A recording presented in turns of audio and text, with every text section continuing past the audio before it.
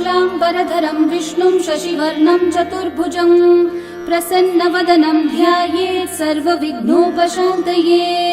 व्यासं वसिष्ठनप्तारं शक्तै पौत्रमकल्मषं पराशरात्मजं वन्दे शुकतातं तपोनिधिम्। व्यासाय विष्णुरूपाय व्यासरूपाय विष्णवे नमो वै ब्रह्मनिधये वासिष्ठाय नमो नमः। अविकाराय शुद्धाय नित्याय परमात्मने सदैकरूपरूपाय विष्णवे सर्वजिष्णवे यस्य स्मरणमात्रेण जन्म संसारबन्धनात् विमुच्यते नमस्तस्मै विष्णवे प्रभविष्णवे। ॐ नमो विष्णवे प्रभविष्णवे। श्रीवैशम्पायन उवाच श्रुत्वा धर्मानशेषेण पावनानि च सर्वशः युधिष्ठिरः शान्तनवं पुनरेवाभ्यभाषत। युधिष्ठिर उवाच किमेकं दैवतं लोके किं वाप्येकं परायणं स्तुवन्तः कं कमर्चन्तः प्राप्नुयुर्मानवा शुभम्। को धर्मः सर्वधर्माणां भवतः परमो मतः किं जपन्मुच्यते जन्तुर्जन्म संसारबन्धनात्। श्रीभीष्म उवाच जगत्प्रभुं देवदेवम् अनन्तं पुरुषोत्तमं स्तुवन्नामः सहस्रेण पुरुषस्तततोत्थितः तमेव चार्चयन् नित्यं भक्त्या पुरुषम् अव्ययम् ध्यायन् स्तुवन्नमस्यं च यजमानस्तमेव च। अनादिनिधनं विष्णुं सर्वलोकमहेश्वरं लोकाध्यक्षं स्तुवन्नित्यं सर्वदुःखातिगो भवेत्। ब्रह्मण्यं सर्वधर्मज्ञं लोकानां कीर्तिवर्धनं लोकनाथं महद्भूतं सर्वभूतभवोद्भवम्। एष मे सर्वधर्माणां धर्मोऽधिकतमो मतः यद्भक्त्या पुण्डरीकाक्षं स्तवैर्रच्चैर्नरः सदा। परमं यो महत्तेजः परमं यो महत्तपः परमं यो महद्ब्रह्म परमं यः परायणम्। पवित्राणां पवित्रं यो मङ्गलानां च मङ्गलम् देवतं देवतानां च भूतानां यो व्ययः पिता यतः सर्वाणि भूतानि भवन्त्यादियुगागमे यस्मिंश्च प्रलयं यान्ति पुनरेव युगक्षये तस्य लोकप्रधानस्य जगन्नाथस्य भूपते विष्णोर्नाम सहस्रं मे शृणु पापभयापहम्। यानि नामानि गौणानि विख्यातानि महात्मनः ऋषिभिः परिगीतानि तानि वक्ष्यामि भूतये। ऋषिर्नाम्नां सहस्रस्य वेदव्यासो महामुनिः छन्दोऽनुष्ठुप् तथा देवो भगवान् देवकीसुतः अमृतांशोद्भवो बीजं शक्तिर्देवकी नन्दनः त्रिसामा हृदयं तस्य शान्त्यर्थे विनियुज्यते। विष्णुं जिष्णुं महाविष्णुं प्रभविष्णुं महेश्वरम् अनेकरूपदैत्यान्तं नमामि पुरुषोत्तमम्। अस्य श्रीविष्णोर्दिव्यसहस्रनामस्तोत्रमहामन्त्रस्य श्रीवेदव्यासो भगवान् ऋषिः अनुष्ठुप्छन्दः श्रीमहाविष्णुः परमात्मा श्रीमन्नारायणो देवता अमृतांशोद्भवो भानुरिति बीजम् देवकी नन्दनः सृष्टेति शक्तिः उद्भवः क्षोभणो देव इति परमो मन्त्रः शङ्खबृन्नन्दकी चक्रीति कीलकम् शार्ङ्गधन्वा गदाधर इति अस्त्रम् रथाङ्गपाणिरक्षोभ्य इति नेत्रम् त्रिसामा सामगः सामेति कवचम् आनन्दं परब्रह्मेति योनिः ऋतुः सुदर्शनः काल इति दिग्बन्धः श्रीविश्वरूप इति ध्यानम् श्रीमहाविष्णुः प्रीत्यर्थे सहस्रनाम जपे विनियोगः।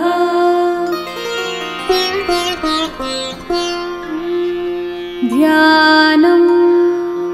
क्षीरोधन्वत् प्रदेशे शुचिमणिविलसत्सैकते मौक्तिकानां माला क्लृप्तासनस्थः स्फटिकमणिनिभैर्मौक्तिकैर्मण्डिताङ्गः शुभ्रैरभ्रैरतभ्रैरुपरि विरचितैर्मुक्तपीयूषवर्षैः आनन्देन पुनीयादरिनलिनगदा शङ्खपाणिर्मुकुन्दः भुः पादौ यस्य नाभिर्वियदसुरनिलश्चन्द्रसूर्यौ च नेत्रे कर्णावाशाः शिरौ द्योर्मुखमपि दहनो यस्य वास्तेयमब्धिः अन्तस्थं यस्य विश्वं सुरनरखगो भोगि गन्धर्वदैत्यैः चित्रं रं रम्यते तं त्रिभुवन विपुषं विष्णुमीशं नमामि। ॐ नमो भगवते वासुदेवाय। शान्ताकारं भुजगशयनं पद्मनाभं सुरेशं विश्वाधारं गगनसदृशं मेघवर्णं शुभाङ्गं लक्ष्मीकान्तं कमलनयनं योगिहृद्ध्यानगम्यं वन्दे विष्णुं भवभयहरं सर्वलोकैकनाथम् मेघश्यामं पीतकौशेयवासं श्रीवत्साङ्कं कौस्तुभोद्भासिताङ्गं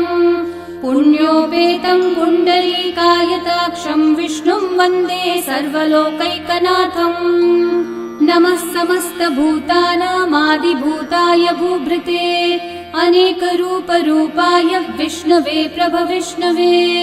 सशङ्खचक्रं सकिरीटकुण्डलं सपीतवस्त्रं सरसीरुहेक्षणं सहारवक्षस्थलशोभिकौस्तुभं नमामि विष्णुं शिरसा चतुर्भुजम् छायायां पारिजातस्य हेमसिंहासनोपरि आसीनमम्बुदश्याममायताक्षम् अलङ्कृतम् चन्द्राननं चतुर्बाहुं श्रीवत्साङ्कितवक्षसं रुक्मिणी सत्यभामाभ्यां सहितं कृष्णमाश्रये। ॐ विश्वं विष्णुर्वषट्कारो भूतभव्यभवत्प्रभुः भूतकृद्भूतभृद्भावो भूतात्मा भूतभावनः भूतात्मा परमात्मा च मुक्तानां परमागतिः अव्ययः पुरुषः साक्षी क्षेत्रज्ञोऽक्षर एव च योगो योगविदां नेता प्रधानः पुरुषेश्वरः नारसिंहः वपुः श्रीमान् केशवः पुरुषोत्तमः सर्वः शर्वः शिवस्थाणोर्भूतादिर्निधिरव्ययः सम्भवो भावनो भर्ता प्रभवः प्रभुरीश्वरः स्वयंभू शम्भुरादित्यः पुष्कराक्षो महास्वनः अनादिनिधनो धाता विधाता धातुरुत्तमः अप्रमेयो ऋषिकेशः पद्मनाभोऽमरः प्रभुः विश्वकर्मा मनुस्त्वष्टा स्थविष्ठस्थविरो ध्रुवः अग्राह्यः शाश्वतः कृष्णो लोहिताक्षः प्रतर्दनः प्रभुतस्त्रिककुब्धामः पवित्रं मङ्गलं परम् ईशानः प्राणदः प्राणो ज्येष्ठः श्रेष्ठः प्रजापतिः हिरण्यगर्भो भूगर्भो माधवो मधुसूदनः ईश्वरो विक्रमी धन्वी मेधावी विक्रमक्रमः अनुत्तमो दुराधर्षः कृतज्ञः कृतिरात्मवान् सुरेशः शरणं शर्म विश्वरेतः प्रजाभवः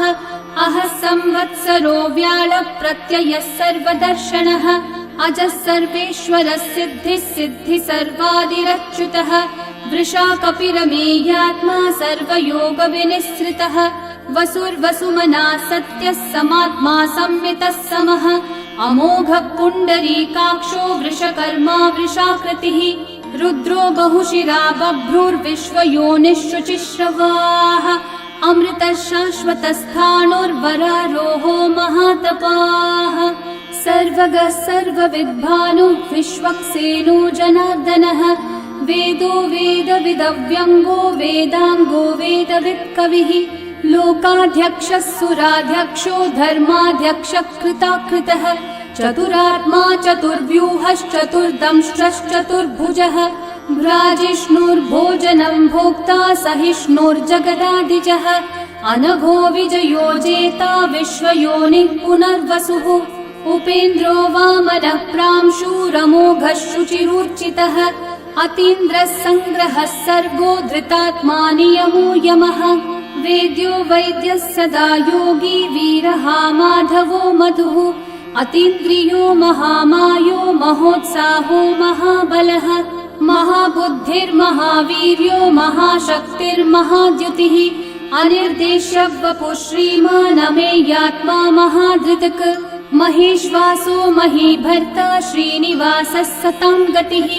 अनिरुद्धः सुरानन्दो गोविन्दो गोविदाम्पतिः मरीचिर्दमनोहंसः सुपर्णो भुजगोत्तमः हिरण्यनाभः सुतपः पद्मनाभः प्रजापतिः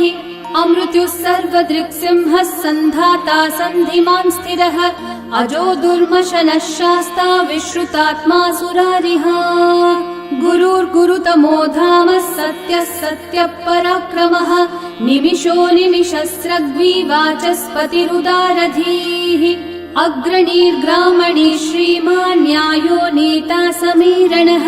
सहस्रमूर्धा विश्वात्मा सहस्राक्षः सहस्रपात् आवर्तनो निवृत्तात्मा संवृतः सम्प्रमर्दनः अहः संवर्तको वह्निरनिलो धरणीधरः सुप्रसादः प्रसन्नात्मा विश्वदृग्विश्वभुग्विभुः सत्कर्ता सत्कृतः साधुर्जन्मुर्नारायणो नरः असंख्येयो प्रमेयात्मा विशिष्टः शिष्टकृच्छुचिः सिद्धार्थः सिद्धसङ्कल्पः सिद्धिदः सिद्धिसाधनः वृषाही वृषभो विष्णुर्वृषपर्वा वृषोदरः वर्धनो वर्धमानश्च विविक्तः श्रुतिसागरः सुभुजो दुर्धरो वाग्मी महेन्द्रो वसुदो वसुः नैकरूपो बृहद्रूपः क्षिपिविष्टप्रकाशनः ओजस्तेजोद्युतिधरः प्रकाशात्मा प्रतापनः ऋद्धस्पष्टाक्षरो मन्त्रश्चन्द्रांशूर्भास्करद्युतिः अमृतांशूद्भवो भानुर्शशबिन्दुः सुरेश्वरः औषधं जगतः सेतुः सत्यधर्मः पराक्रमः भूतभव्यभवन्नाथः पवनः पावनो नलः कामः कामकृत्कान्तः कामः कामप्रदः प्रभुः युगादिकृद्युगावर्तो नैकमायो महाशनः अदृश्यो व्यक्तरूपश्च सहस्रजिदनन्तजित् इष्टो विशिष्टशिष्टेष्ठः शिखण्डी नहुषो वृषः क्रोधः क्रोधकृत्कर्ता विश्वबाहुर्महीधरः अच्युतः प्रथितः प्राणः प्राणदो वासवानुजः अपान्निधिरधिष्ठानम् अप्रमत्तः प्रतिष्ठितः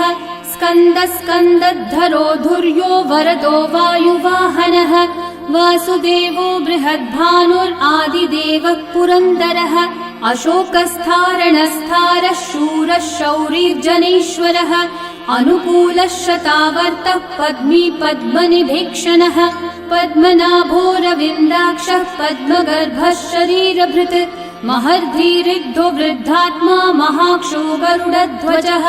अतुलः शरभो भीमः समयज्ञो हविर्हरिः सर्वलक्षणलक्षण्यो लक्ष्मीवान् समितिञ्जयः विक्षरो रोहितो मार्गो हेतुर्दामोदरः सहः महीधरो महाभागो वेगवानमिताशनः उद्भवक्षोभणो देवः श्रीगर्भः परमेश्वरः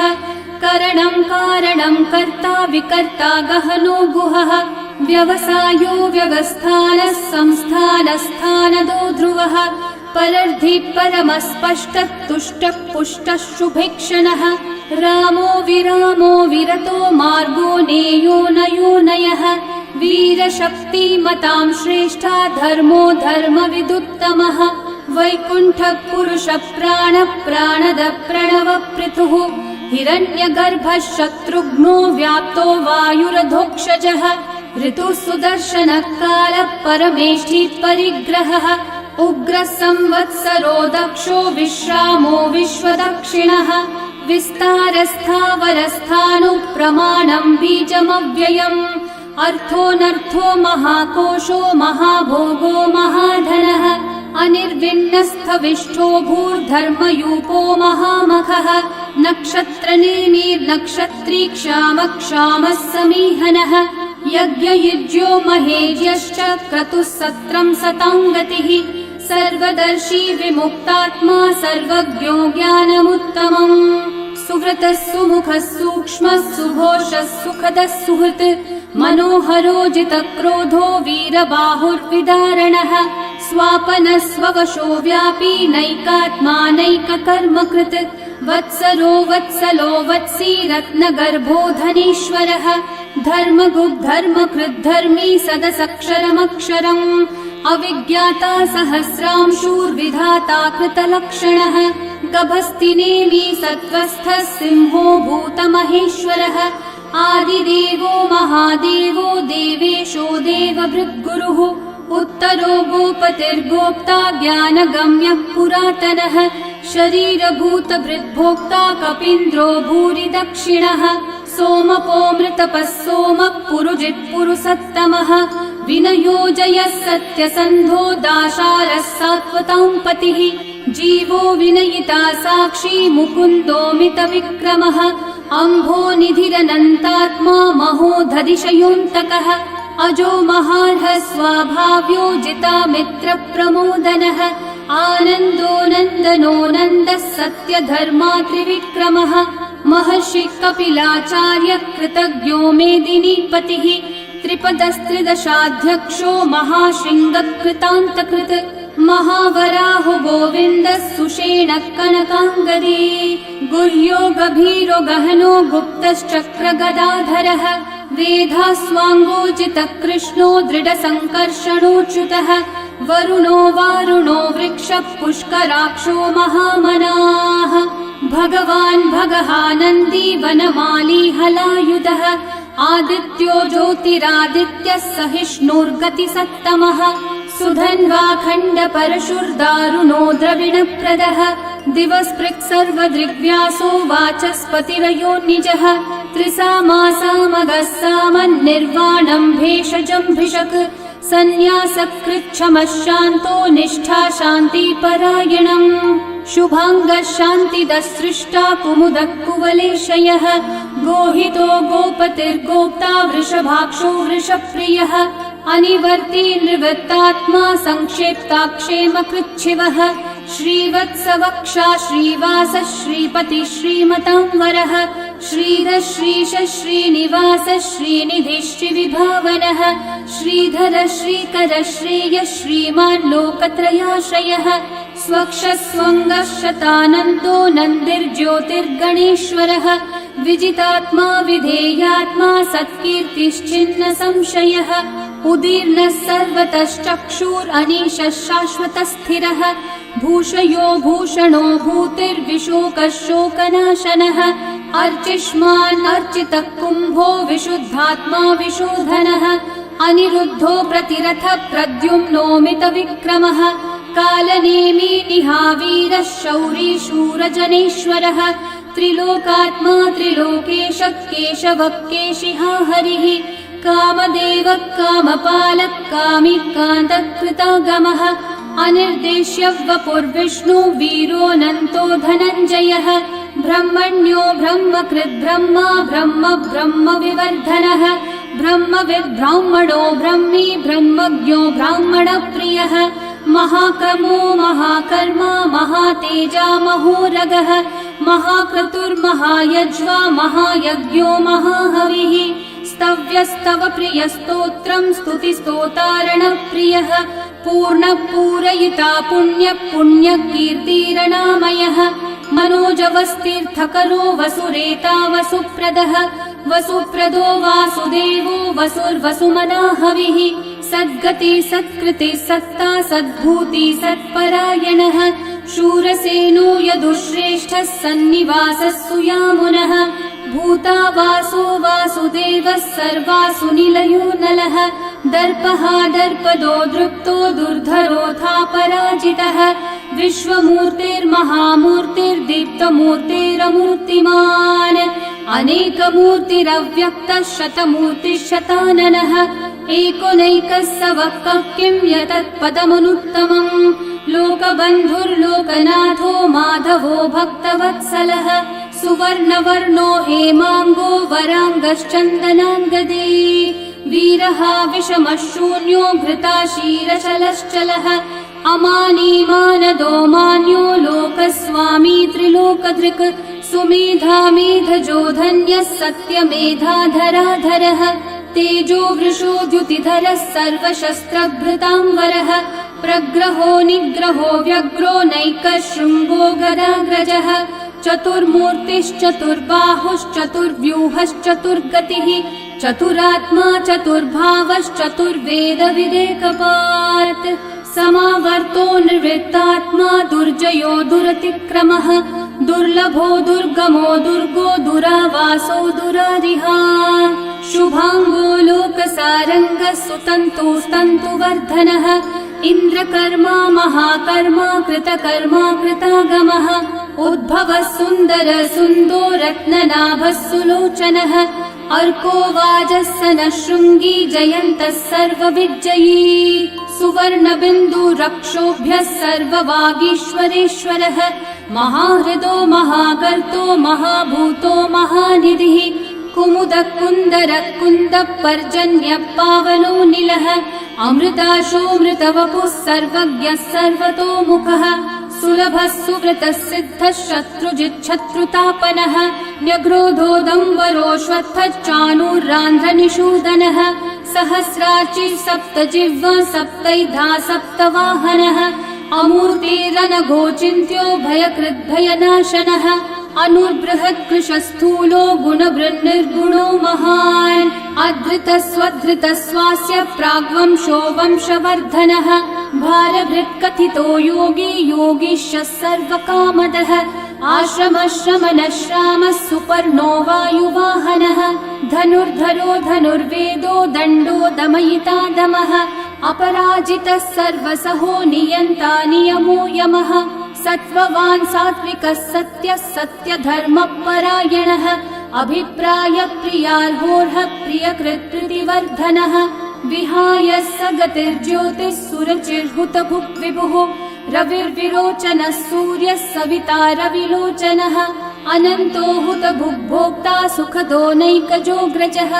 अनिर्विण्णः सदा मर्षि लोकाधिष्ठानमद्भुतः सनातनतमः कपिलः कपिरव्ययः स्वस्तिदः स्वस्तिकृत् स्वस्ति स्वस्ति भुक् स्वस्ति दक्षिणः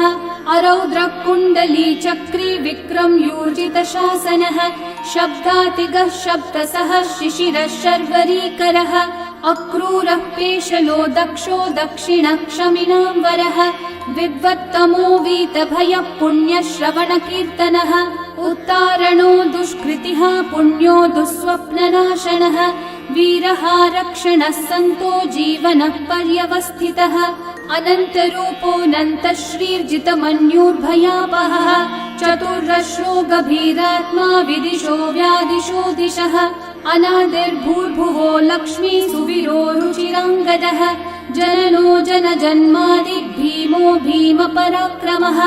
आधारनिलयो धाता पुष्पहास प्रजागरः ऊर्ध्वगः सत्पथाचार प्राणदः प्रणवपणः प्रमाणं प्राणनिलयं प्राणभृत् प्राणजीवनः तत्त्वं तत्त्वविदेकात्मा जन्म मृत्युजरातिगः भूर्भुवः स्वस्तरुस्तारः सविता प्रपितामहः यज्ञो यज्ञपतिर्यज्वा यज्ञाङ्गो यज्ञवाहनः यज्ञभृद्यज्ञकृद्यज्ञी यज्ञगुह्यज्ञसाधनः यज्ञातकृद्यज्ञगुह्यामन्नमन्नादयेव च आत्मयोनिः स्वयं जातो वैखानः सामगायनः देवकीनन्दनः सृष्टा शितीशपापनाशनः शङ्खवृन्नन्दकी चक्री शार्ङ्गधन्वा गदाधरः रथाङ्गपाणिरक्षोभ्यः सर्वप्रहरणायुधः सर्वप्रहरणायुध ॐ नम इति वनमाली गदी शार्ङ्गी शङ्खी चक्री च नन्दकी श्रीमान्नारायणो विष्णुर्वासुदेवोऽभिरक्षतु वनमाली गदी शार्ङ्गी शङ्खी चक्री च नन्दकी श्रीमान्नारायणो विष्णुर्वासुदेवोऽभिरक्षतु वनमाली गदी शार्ङ्गी शङ्खी चक्री च नन्दकी श्रीमान्नारायणो विष्णुर्वासुदेवोऽभिरक्षतु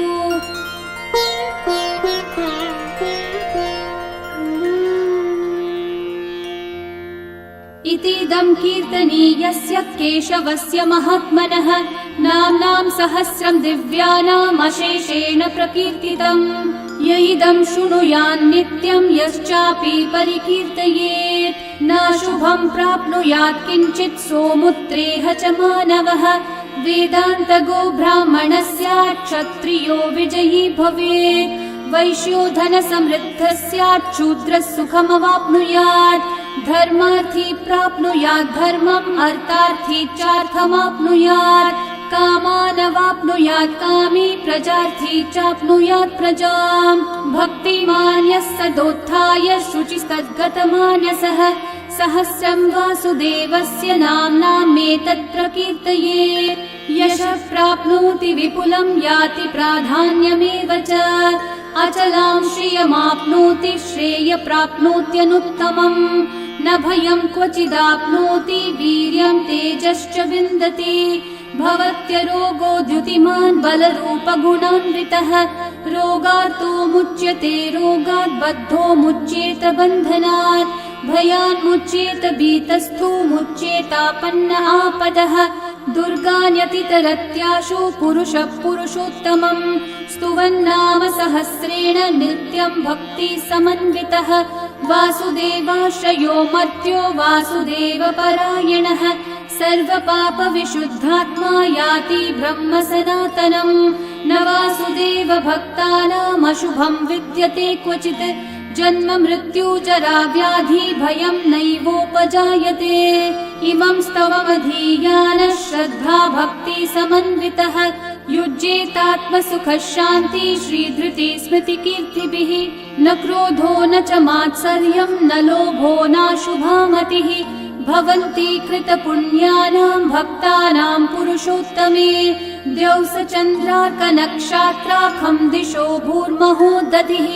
वासुदेवस्य वीर्येण विदतानि महात्मनः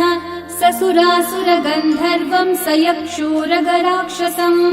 जगद्वशे वर्ततेदं कृष्णस्य सचराचरम् इन्द्रियाणि मनोबुद्धिः सत्त्वं तेजो बलं द्युतिः वासुदेवात्मकन्याहुः क्षेत्रं क्षेत्रज्ञ एव च सर्वागमानामाचार प्रथमं परिकल्पते आचार प्रभवो धर्मो धर्मस्य प्रभुरच्युतः ऋषयः पितरो देवा महाभूतानि धातवः जङ्गमाजङ्गमं चेदं जगन्नारायणोद्भवम् योगो ज्ञानं तथा साङ्ख्यं विद्या शिल्पादिकर्म च वेदाशास्त्राणि विज्ञानम् एतत् सर्वं जनार्दनात् एको विष्णुर्महद्भूतं पृथक् भूतान्यनेकशः त्रीन् लोकान् व्याप्य भूतात्मा भुङ्क्ते विश्वभुगव्ययः इमं स्तवं भगवतो विष्णोर्व्यासेन कीर्तितम् पठ्येद्य इच्छेत् पुरुषः श्रेयः प्राप्तुं सुखानि च विश्वेश्वरमजं देवं जगतः प्रभुमव्ययम् भजन्ति ये पुष्कराक्षं न ते यान्ति पराभवम् न ते यान्ति पराभवम् ॐ नमः इति अर्जुनोवाच पद्मपत्रविशालाक्ष पद्मनाभः सुरोत्तम भक्तानामनुरक्तानां त्राता भव जनार्दन श्रीभगवानुवाच यो मां नाम सहस्रेण स्तोतुमिच्छति पाण्डव सोऽहमेकेन श्लोकेन स्तुतयेव न संशयः स्तुतयेव न संशय ॐ नमः इति व्यास उवाच वासनाद् वासुदेवस्य वासितं भुवनत्रयम् सर्वभूतनिवासोऽसि वासुदेव नमोऽस्तु ते श्रीवासुदेव नमोऽस्तु ॐ नमः इति पार्वत्योवाच केनोपायेन लघुना विष्णोर्नाम सहस्रकम् पठ्यते पण्डितेर्नित्यं श्रोतुमिच्छाम्यहं प्रभो ईश्वरोवाच श्रीराम राम रामेति रमे रामे मनोरमे सहस्रनाम तत्तुल्यं राम नाम वरानने श्रीराम राम रामेति रमे रामे मनोरमे सहस्रनाम तत्तुल्यं राम नाम वरानने श्रीराम राम रामेति रमे रामे मनोरमे सहस्रनाम तत्तुल्यं राम नाम वरानने श्रीराम नाम वरानन ॐ नमः इति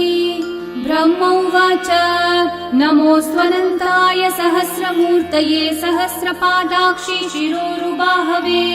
सहस्रनाम्ने पुरुषाय शाश्वते सहस्रकोटियुगधारिणे नमः सहस्रकोटियुगधारिण ॐ नम इति। सञ्जय उवाच यत्र योगेश्वर कृष्णो यत्र पार्थो धनुर्धरः तत्र श्रीर्विजयो भूतिर्ध्रुवा नीतिर्मतिर्मम।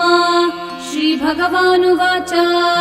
अनन्याश्चिन्तयन्तो मा ये जनाः पर्युपासते तेषां नित्याभियुक्तानां योगक्षेमं वहाम्यहम्। परित्राणाय साधूनां विनाशाय च दुष्कृतां धर्म संस्थापनार्थाय सम्भवामि युगे युगे। आर्ता विषण्णा शिथिलाश्च भीता घोरेषु च व्याधिषु वर्तमानाः संकीर्त्य नारायण शब्दमात्रं विमुक्तदुःखा सुखिनो भवन्तु। कायेन वाचा मनसेन्द्रियैर्वा बुद्ध्यात्मना वा प्रकृते स्वभावात् करोमि यद्यत् सकलं परस्मै नारायणायेति समर्पयामि। श्री विष्णु सहस्रनाम स्तोत्रम् सम्पूर्णम्।